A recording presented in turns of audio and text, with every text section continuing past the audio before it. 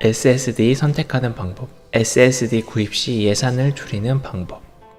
오늘은 SSD에 대해 이야기해 볼까 합니다. 영상을 통해 SSD에 대한 정보를 공유하고 더불어 SSD를 구입할 때 예산을 줄이는 방법을 알려드리고자 합니다.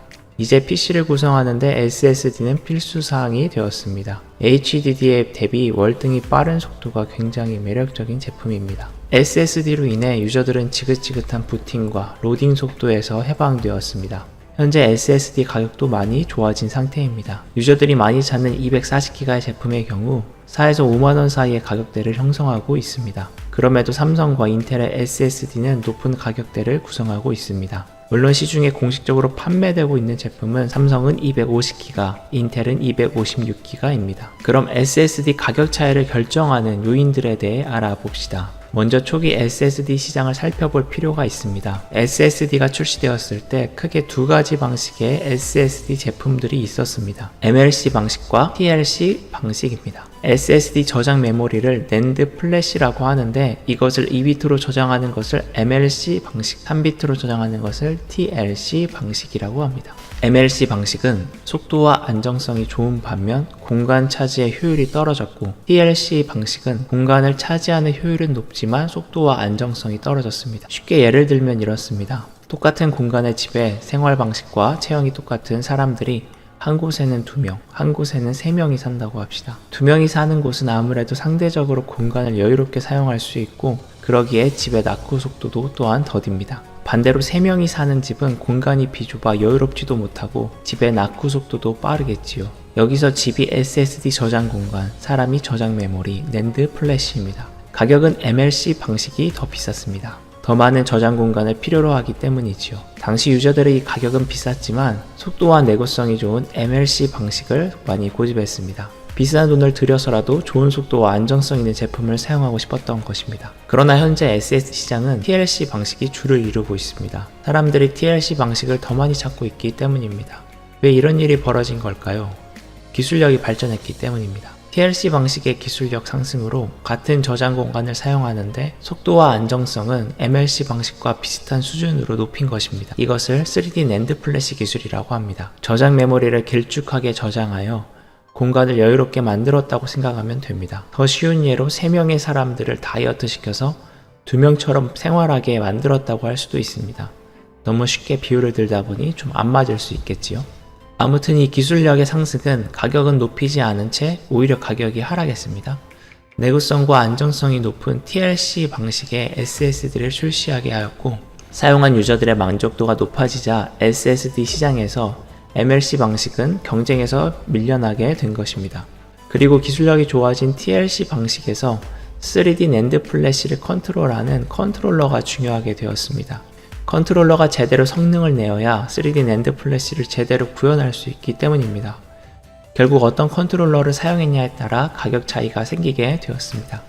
정리하면 SSD 가격 차이를 결정하는 것은 MLC인지 TLC인지 또 어떤 컨트롤러를 사용했냐인지에 달려있는 것입니다. 가격대가 높은 삼성 SSD는 여전히 MLC 방식으로 제조됩니다. 컨트롤러도 자체 기술력으로 개발한 컨트롤러를 사용합니다. 그러기에 가격이 높습니다. 또한 여기에 삼성은 지구 최고의 AS를 자랑하는데 제품에 문제가 생기면 전국 각지 어디에나 있는 서비스 센터에서 군말없이 아주 친절하게 해결해 줍니다. 이 서비스 금액이 가격에 포함되어 있습니다. 그러기에 삼성의 제품들은 기본적으로 가격이 높습니다. 인텔 SSD는 TLC 방식이지만 자체 컨트롤러를 사용합니다. 그러기에 마찬가지로 가격이 높습니다. 삼성과 인텔의 컨트롤러는 가격이 높은 제품이라는 것을 알 수 있습니다. 그리고 가격이 높은 만큼 컨트롤러의 성능, 무엇보다 안정성이 뛰어납니다.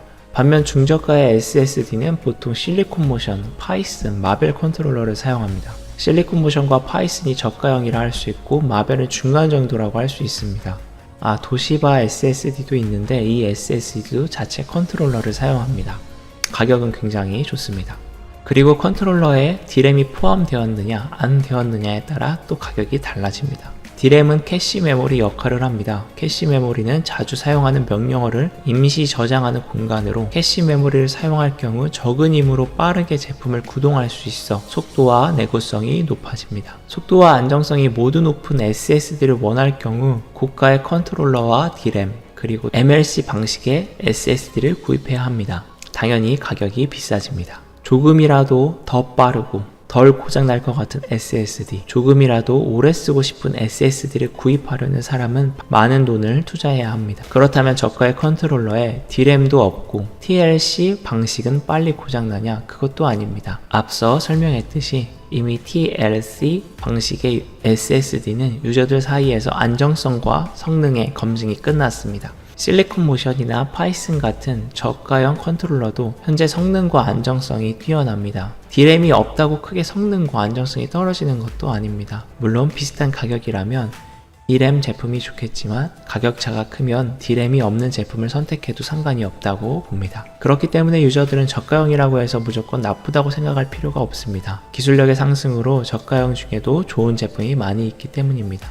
240기가의 경우 4만원 초반이면 좋은 모델을 구입할 수 있습니다. 그러기에 SSD 구입을 계획 중인 소비자는 저가형 컨트롤러라고 무조건 안 좋게 보기보다는 좋은 가격에 AS가 가능한, 그러니까 쉽게 망하지 않을 것 같은 제조사 제품을 구입하는 것이 좋은 선택이라고 생각합니다. 성능과 안정성은 대부분의 제품들이 좋기 때문에 초기 불량이나 혹시 모를 문제에 대해 AS를 받을 수 있는 제품을 선택하라는 것입니다. 초기 불량과 혹시 모를 문제는 가격과 분야를 막론하고 모든 제품이 가지고 있습니다. 물론 앞서 이야기했듯이 보다 안정성 있고 빠른 성능을 요구하는 컴퓨터 작업의 유저, 지구 최강의 친절한 AS를 요구하는 민감한 감정의 소유자는 비싼 SSD를 구입하는 것이 좋습니다. 제 영상에 대해 오해하는 사람들이 있어 덧붙이면 제가 무조건 싼 제품을 좋다고 하는 것이 아니라 사람들이 싸다고 무시하는 제품 중에 괜찮은 제품이 있다는 것을 알리기 위해서입니다. 싼 제품 중에 물론 별로인 제품이 있습니다.